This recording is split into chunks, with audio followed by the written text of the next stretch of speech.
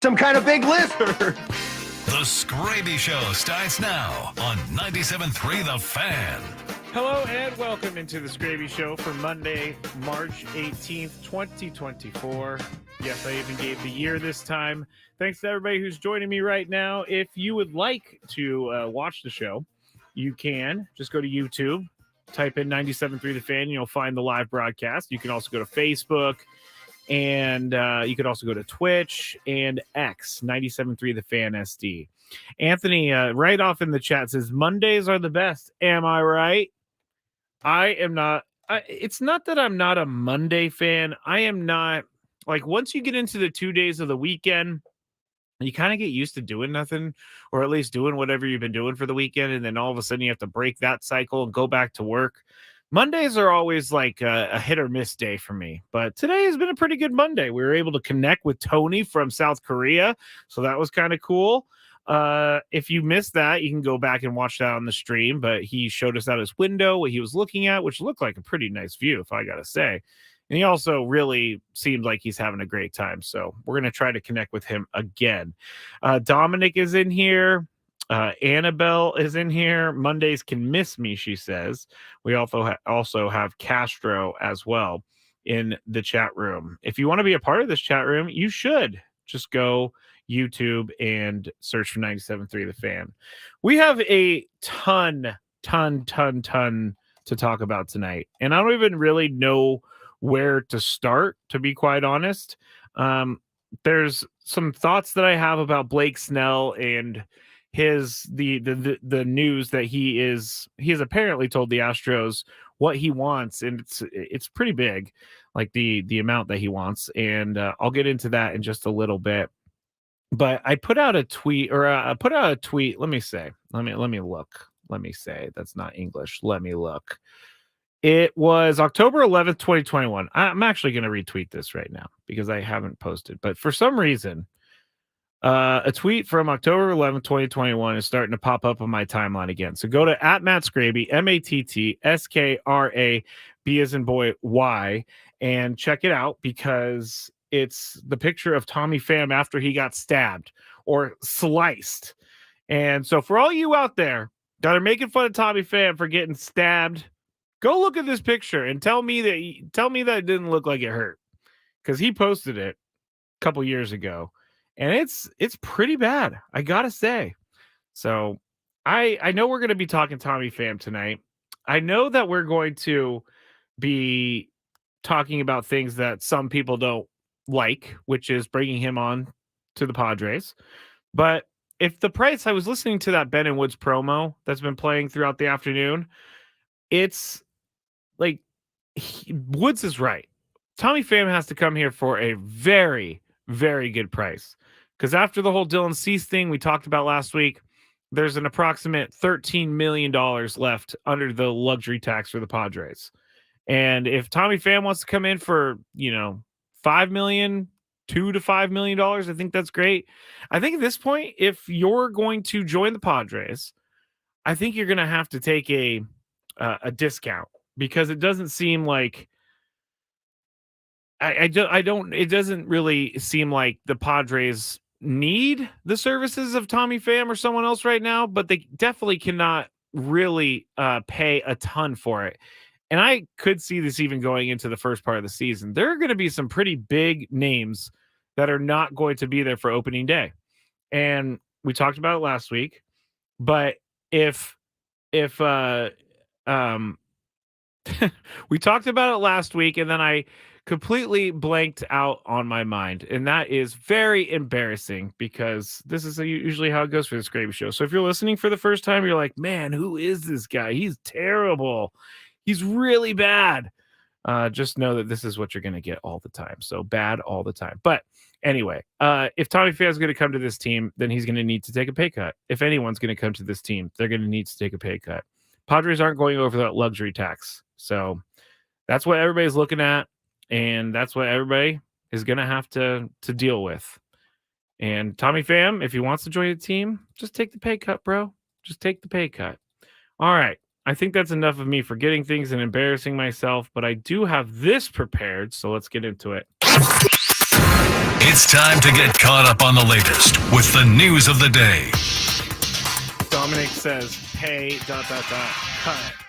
I see what you're doing, Dominic. Not bad for sure. All right, so Jackson Merrill is going to be our number one news story tonight because he's going to be starting in center field and he's going to wear the number 3.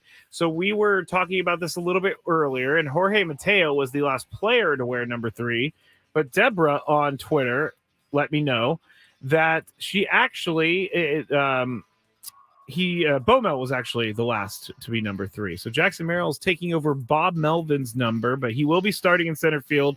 In the exhibition games, he's been really good. He was 3 for 6 in those 2 exhibition games. And at this point, I have nothing left to say about Jackson Merrill other than what I've been saying leading up to today. And that's, we're just going to have to see how he handles a full season. And he's young, and there's going to be ups and downs, and there's going to be lots of struggle. But I feel like if people stick behind him and give him the chance to struggle throughout certain parts of the year, I think Jackson Merrill is going to come out on the other side of this year feeling very good about where he's at in his career and not playing shortstop, playing center field instead. I mean, center field is an incredibly important position, and they're putting Jackson Merrill out there. So they must have lots of trust with Jackson Merrill playing center field. And then he's also got 2 guys flanking him. Is that the right term, flanking? He's also got 2 guys on the side of him that are, one is Jurickson Profar, who's a veteran Major League Baseball outfielder. And then you have Fernando Tatis Jr. on the other side, who has a silver or a gold glove or platinum glove. Jeez, I knew it was silver somewhat. It's platinum, silver, whatever. But he's got 2 very good guys next to him in the outfield to kind of show him the ropes. And I say go for it. He's already proven to me that there is upside, so why not try for it? Second news story of the day is what Blake Snell was asking. So on Sunday, Jeez, I am all over the place today. I promise I'm going to get this back together. On Friday, we talked about Blake Snell and how the Astros were seemingly in on his services as a starting pitcher. But over the weekend, we saw, per Bob Nightingale, that Blake Snell told the Astros he's seeking at least 2 years and $66 million in a deal with an opt-out after 2024. The Astros are intrigued, but are, quote, the latest team to balk at his asking price. So 1 year, $33 million, basically, is what he's asking for. And I don't necessarily think that's a bad number, but I see that Yoshinobu Yamamoto, to me, has messed up this entire market.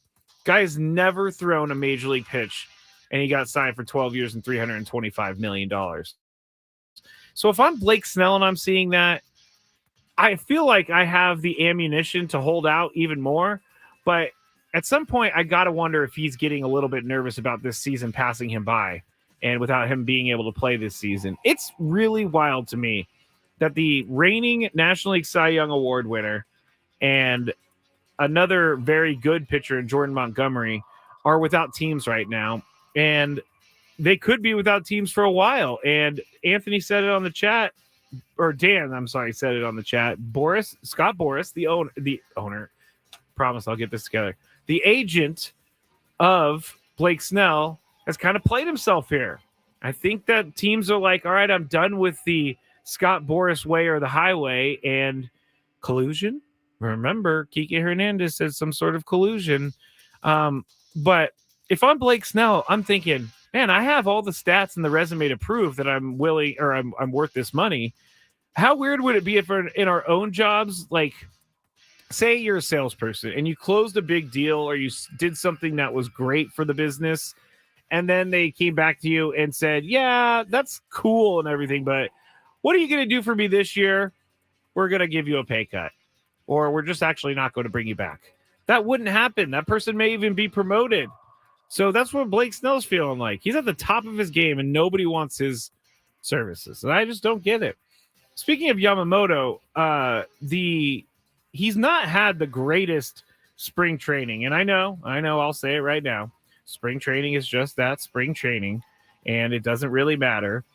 But for a guy who's coming over with that massive contract that he has, I'm pretty sure that he's not happy with his spring. So here's how he went this spring. He appeared in 3 games, 0-1, 8.38 ERA, and he pitched 9 2/3 innings. He did strike out 14, but he also walked. His whip is 1.97 because he walked 4 batters in the. Let's see, how many batters did he face here? It does not say it at the moment, but that's not good. Not a good start. And yes, it again. Bottom line, it's spring training, so I can't complain a little. I can complain a little too much on this one. We'll have to see. Another one of those. We're just going to have to wait and see.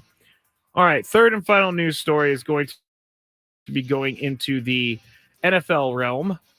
And the Bears over the weekend, if you didn't know, traded Justin Fields to the Steelers, which Chris and I talked about earlier. It was for a 6th-round pick.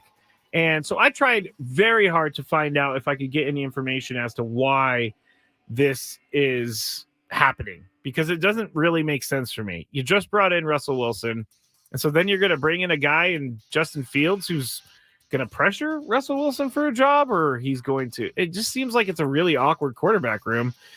So the GM of the Bears, Ryan Poles, he met with during the combine, he met with the media, and he said he wanted to do right by Fields, which meant not subjecting him to a prolonged period before he was dealt, but it also meant not dealing him to a team that had a young starting quarterback. And apparently the Steelers fit that criteria after signing the Russell Wilson to the 1-year deal.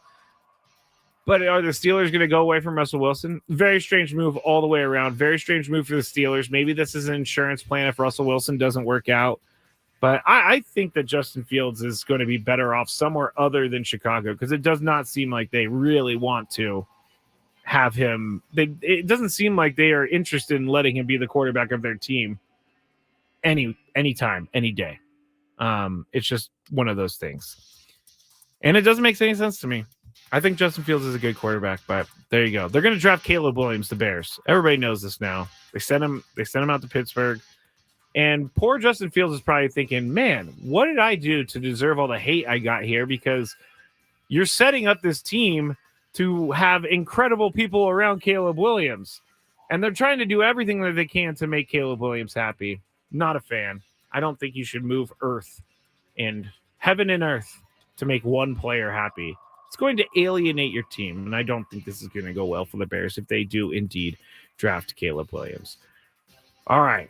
Wow. Made it through news of the day, even though I misspoke many times. I'm going to get it together in the break. I'm going to do some talking exercises.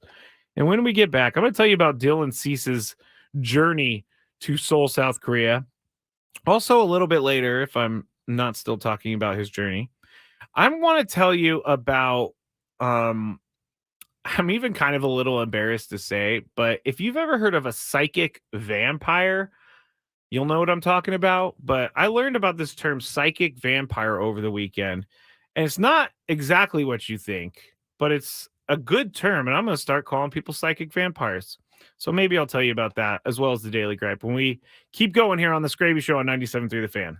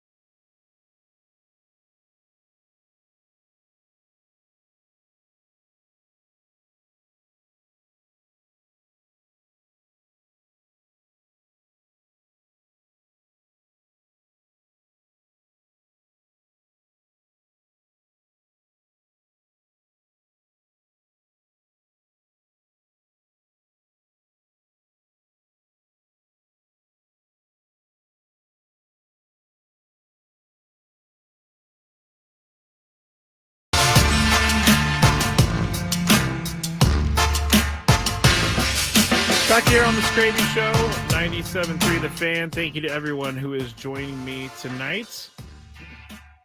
Pretty soon we're going to be talking about real regular season Padres baseball. And that's going to be before we know it. Tomorrow night I'm going to be doing the Skraby Show from 6 to 7. And at 3 a.m., what is that? 6 to 7. So 7 p.m., 8, 9, 10, 11, 12, 1, 2, 3. 8 hours later, the Padres are going to be, I was going to say kicking it off, but that's not true. They're going to be toeing the slab against the Dodgers for the first game of the season. I'm very excited. Very, very excited about this. The Odyssey app lets you jump back to the moments you missed on 97.3 The Fan while you're listening to 97.3 The Fan. You can see what you missed and click to listen on demand. If you missed a guest feature or if something crazy that happened from earlier, we've got you covered. Download the free Odyssey app, search 97.3 The Fan, tap earlier today to get started. If you want to hear about Tony's trip so far to Korea, he joined us in the 3 p.m. hour, so you can go back on the podcast and listen to that. And Chris said this in the break, and he was like, I know I'm kind of a dork for saying this, but technology amazes me. And it does amaze me too. I find it very cool that we could talk to Tony 5,000 miles away or whatever it is and basically have a conversation like he's in the room. I think that's awesome. And so thank you, technology. One thing I do not like about technology would be that apparently the audio on the YouTube streams sometimes is tough to listen, I guess. I'm not really sure. Every time I go and listen to it, it sounds fine, but some people have trouble. So I'm trying to figure out why the audio on the YouTube stream isn't working that well. And hopefully we can get that fixed sooner rather than later. Also, one more thing about that I wanted to update you on. So Kathy sent me this. And if you're a listener, you know who Kathy is. But it is a video, apparently. Yes, I'm bringing Kate Middleton back up because there's a video. I don't know that I want to say it's not of her because this person in this video looks very, very similar to Kate Middleton and also Prince William. So I'm reposting this right now on X at Matt Skraby, MATTSKRA, as in boy, Y. The only reason that I do not believe this is... Wait, hold on. I'm sorry. I'm getting another chat thing that's Blake Snell is going to the Giants. So this is how we found out about Dylan Cease. So let me put off the Royals for a second and go figure out if that's true, because that would be pretty incredible that this would happen twice to me on the air. But let's see. Blake Snell. Going to search real quick to make sure I'm not missing anything. Oh, it does look like Blake Snell is going to the Giants. So that's not awesome for the Padres. I haven't seen, let me see, John Heyman. While we're figuring this out on the air together. Yes. Breaking. Snell to the Giants, $62 million, 2 years, opt out. So there you go. That is what we just got some news here. We were just talking about Blake Snell and his 2 years and $66 million, but there you go. There you go. John Heyman, former guest of our show, is reporting that Blake Snell goes to the Giants for $62 million, 2 years, and an opt-out. All right. Question now is, well, he's in the National League West, which is exactly where we didn't want him to be, but at least he's on a team that's not the Dodgers. What do we think? Do we think that, are you scared of Blake Snell? Seeing him maybe 3, 4, 5 times a year if the Padres have to? Because, oh wow, C20 has a great point.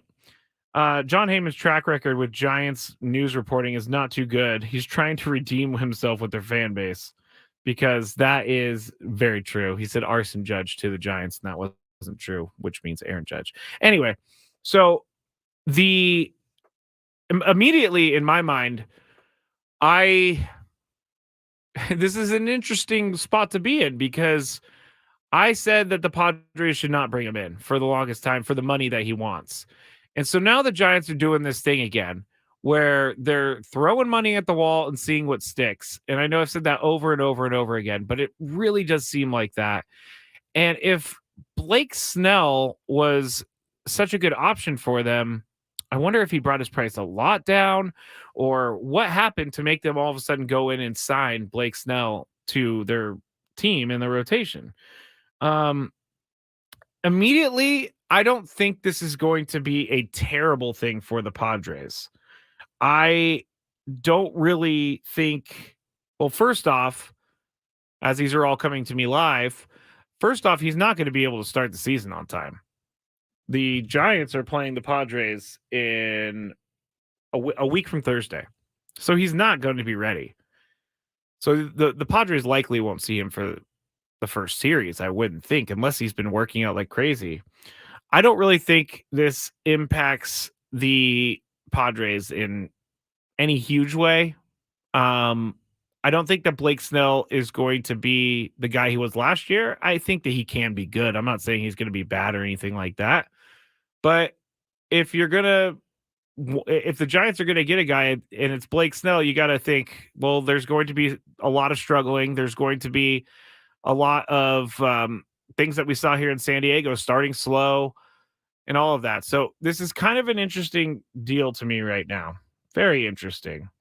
A 1 year, $31 million. Peter would have signed him, says Alex. Dominic, considering it will take him 3 years to adjust to being in a new city, doesn't really make a difference at all. Chris says Ruben Niebla needs to delete his number ASAP. That's a good question, Alex. He said, what does the rest of the Giants rotation look like? And so let me go look that up because the San Francisco Giants just do not seem like they have a plan. Like they brought in Lee and they paid him a ton of money. I think it was 6 years, $113 million. They brought in Jorge Soler. They brought in some guys that just really don't make sense.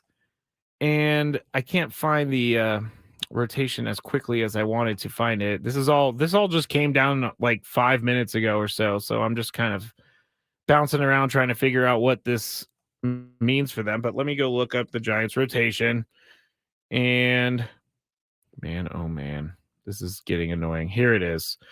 So you got Logan Webb, Jordan Hicks, Kyle Harrison, Keaton Wynn, and Mason Black. So he probably goes at the 2 or 3 spot. He probably is in the 2 spot. Blake Snell, Logan Webb, then Blake Smell, then Jordan Hicks, then Kyle Harrison. Push everybody down. Jordan Hicks isn't even like a proven commodity as a starter yet. And I don't really know that Jordan Hicks is going to be able to throw that 105-mile-an-hour fastball for 6 innings. So that's a question mark for the Giants. But there you go. If you have any thoughts about this, you can give us a call. Give me a call, 833-288-0973, or you can tweet me at Matt Skraby. But the reporting is that Blake Snell has been signed by the San Francisco Giants, and now MLB is also putting this up on their Twitter. So it seems to be correct and true. They reportedly agreed to a deal, and it's 2 years, $62 million with an opt-out. Again, I don't see what the Giants are doing. And if anybody thinks that I'm completely wrong about the Giants, it just we saw it last year. Buying a team, and I mean by saying buying a team is just buying players, is not how a team is built.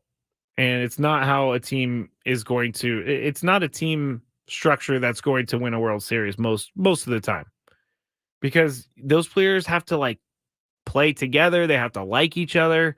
And I'm not saying that Blake Snell's not going to get along with his teammates, but $31 million for this year, and he's probably not going to pitch for the first month. That's pretty crazy. Alex said Snell smells like 11 pitch walks and 3 2/3.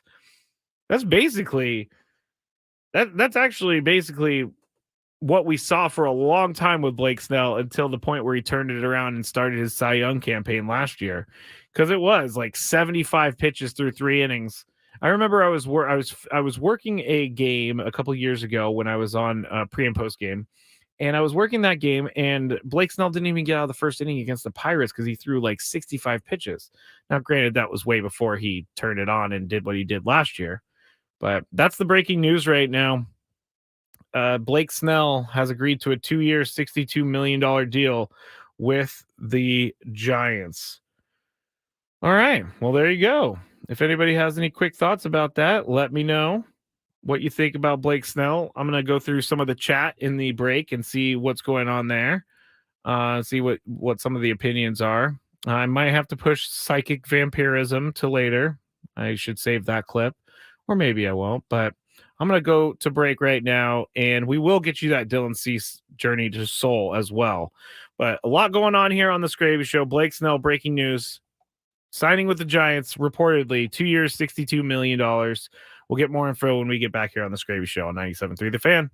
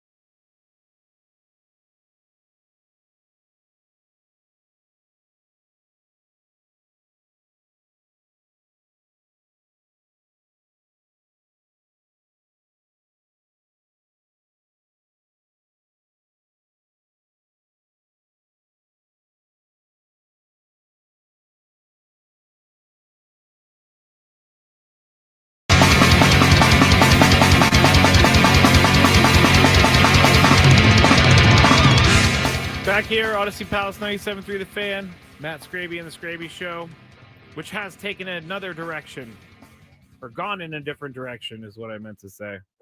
Because Blake Snell has reportedly, and it seems very, very likely that this news is true, and I'm going to keep saying it's reportedly until it's official, but Blake Snell has reportedly signed with the Giants for 2 years, $62 million, and an opt-out after this season. So he will no longer be a Padre. I always find it funny because I love to scroll the comments of these announcement posts. Like, so I went to the radio station up there, looked at those comments, looked at MLB comments, looked at a bunch of different comments. And one thing I notice about Padres fans from time to time is that the one thing I guess, there's just so much news coming in right now, and I didn't know if that was true or not. But the one thing that I see from time to time in the comments that I don't get is just the hatred for Blake Snell going to the Giants. It's not like the Padres were offering him that money. Other teams weren't offering him that money, so he went to where the team was willing to pay him. And so I don't know why it would be why people would be mad at Blake Snell. I don't really think it's his problem. Here's a comment that I'm just randomly looking at right now. He should fire his agent, and that from now on, he is a rival and will be treated as such. I'm okay with it because he doesn't turn on until July. Now it's going to be August. Yes. So we'll have to see about that. All right. Let's see what's going on with the chat. I can't put this one up because there's profanities in there, but it says, bleep the Giants. They got weak bleep Melvin as their coach. Well, there you go. That's from Prolific. Anthony says, okay, this is in regards to Peter Seidler would have signed Blake Snell. We'll never know. And Anthony's right. No one knows what Peter Seidler would have done. So when I see that comment, that's the first thing I think of is no one knows.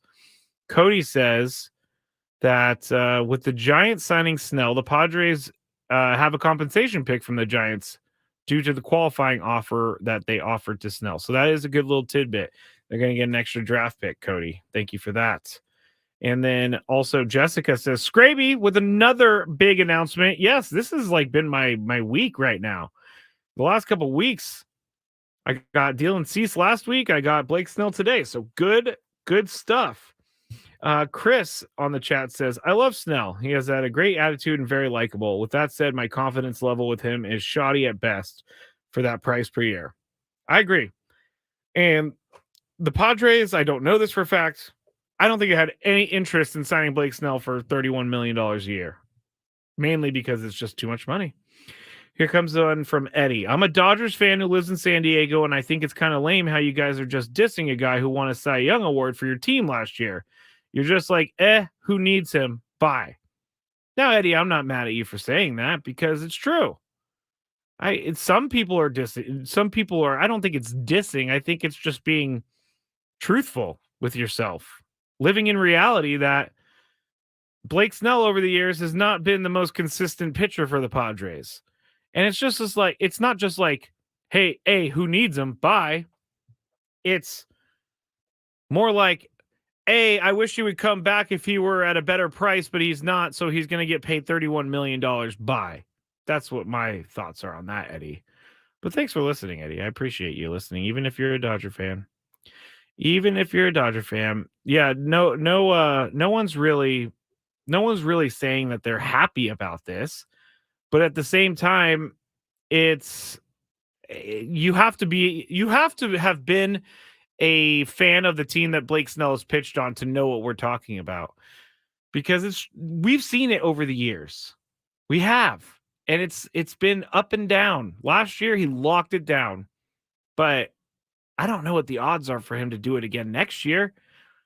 But Giants are going to take those chances, and they're going to bring Blake Snell in, and we're going to see. Now, Sam Levitt posted that he thinks that he's going to make an appearance in the series against the Giants next week. I don't know. I mean, Sammy Lev is much more in tune with what's going on in regards to being ready, but it doesn't seem like a starting pitcher can be ready in a week. I don't know. It seems kind of like a desperate, not desperate. It seems kind of like a um high stakes move for the Giants because you never know with Blake Snell. Horvath's hero says Blake Snell is going to be missed on the mound and in the dugout reporting. Now, I will say that that's the bummer is that his personality is not going to be on the team anymore. He's not going to be doing those interviews with Don and Mud through the game. He's not going to come on our show and do a Friday interview. That's a bummer. I like Blake Snell, the guy. He seems like a really good dude. Seems like he likes to have fun with the fans. And so that is a loss. I will say that. He's that's 100% a loss for fans and for the feel of the team. But for $31 million, I don't know. I mean, the Yankees weren't even willing to pay that apparently. Let's see. We got another chat from Matt. Padres fan here. That was a good deal for a big market team. That was a good deal for a big market team for both Snell and SF with 1 year opt out. It's only a lot because SD pushes money probably down the road. I can understand that, Matt. So, well, it's definitely that the Padres are pushing money down the road because they're trying to get under that luxury tax. So that is the reason I believe that Blake Snell's not with this team. The timing of everything just came at a really bad time for the Padres because in any other year, I think they're probably trying to make a deal with him, but they just couldn't. You see how much they cut elsewhere. You see how much the Padres have done in the offseason to get that number down. They traded Juan Soto for a bunch of people, and yeah, I don't know. I'm trying to find someone with a really good take on Blake Snell, but for me, I don't really have one right now because to me, it's a lot of money, and I don't know what he's going to give me. If he's great this year, I think that's icing on the cake for him, but I just don't know. Jacob said Giants just shot themselves in the foot for that contract. The Beef says bummer, but better than LA. Figured he was going to SF. He's going to suck without Niebla. We just can't pay him 30 plus mil a year anymore. Cody, just have to wonder how long it will take Snell to be game ready with him missing the entire spring training. That's my question. That is 100% my question. Annabelle says, but he's a great guy, and I'm glad he's getting his bag. Yeah, I am too, because he deserves it after what happened. But $31 million a year. Let's since we've turned this show into kind of a just reaction, I want to go see what the Giants are spending this year so far because they have put a ton of money into this team, and I wonder if they're getting a little bit close to overspending. It says that their projected total payroll for this year is going to be $162 million, but I do not see Blake Snell on that list. So they're going to be under the tax threshold this year is $237 million. Oh man, the math. Me and math, not good. But it seems like they're going to be below. Still, they're giving guys a lot of money. Matt Chapman's going to be making $16 million this year. He has kind of a one-year deal with an opt-out, or he has a 2-year deal with an opt-out. Jorge Soler is going to be making a lot of money. His luxury tax salary is $14 million. Logan Webb, $18 million. Lee, his luxury tax is $18.8 million. So it seems like they're spending a lot of money, but it's still keeping them below the luxury tax. So there you go about the Giants. All right, if anybody has any other thoughts about Blake Snell, let me know because I'm not really too angry about this. I should probably be angry, but I'm not. I think over time, I think this deal is going to backfire on the Giants. I really do. Just because $31 million is so much money and he has to live up to that $31 million this year. And I'm sure that he's confident in that. Really sure that he's confident. And Seabass on the chat makes a really good point. This what is it? This rotation or these pitchers for instead of Snell or better, he's saying. Cease, Musgrove, Darvish, King, Brito. Yeah, I'm into it. I think that's way better than one person. So I'm fine with all of this. I really am. Maybe I'll change my mind tomorrow because this came down during the show.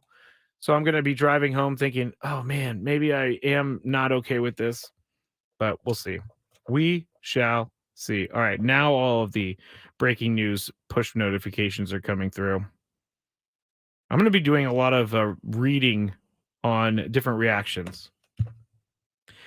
Chance says Niebla no sell, Padres no sell. That all equals racks. Not really sure. Let's see. It's on X. Is the Cease deal better? Yes, the Cease deal I think is better because Dylan Cease is making $8 million this year. If I could do that math quickly in my head, I believe 31 minus 8 is 23. So that's $23 million difference between Blake Snell and Dylan Cease. Absolutely. And I know he gave up prospects. I know you gave up Steven Wilson. But those guys, like Craig Elston said last week, and it stuck with me, those prospects were likely not to make an impact on the team this year. But $31 million, or I'm sorry, $8 million for Dylan Cease is really a bargain. A huge bargain. And next year, depending on what he does this year, he's still in arbitration. So the Padres are going to have some sort of cap with him. But a starting pitcher right now of his caliber with $8 million is incredible. You can't find that on the market because if you look at like Lance Lynn, Chris's favorite pitcher, I think he got $11 or $12 million. And that was after a really, really he struggled throughout the season. So I think the Padres are in a good spot. And I think as hard as it was for the Padres to not bring back Blake Snell, I think they're in a much better spot now than they were. Yes, Seabass reminded me of this too, that Drew Thorpe actually had a really terrible day for the White Sox today. He gave up 8 earned runs in like 2 2/3. And he had a really, really bad day. So maybe that was the trade. Maybe that was not. But we still, that's the proof. And I know spring training is just spring training. I got to keep saying that. But that's the thing, is that we have no idea what Drew Thorpe's going to be like. Did he look good as a Padre? Yes, he did. He didn't look good as a White Sox today. And if you missed the talk about when Tony saw Steven Wilson after he was traded, you need to go back into the 3:00 hour and listen when Tony joined us in Korea. All right, so let's go back to the chat. There's Eddie, who's the Dodgers fans. He's a Dodger fan, but he really is going hard in the paint right now. We'll get to him in a second. Don says, I honestly feel like Snell gave his best years here in SD. Felt like last he left all he can. Plus, he got a little bit lucky with all those walks and great defense around him. Good point, Don. And this is why I love the chat, because it furthers the conversation. But there is some sort of luck involved with how Blake Snell did it last year.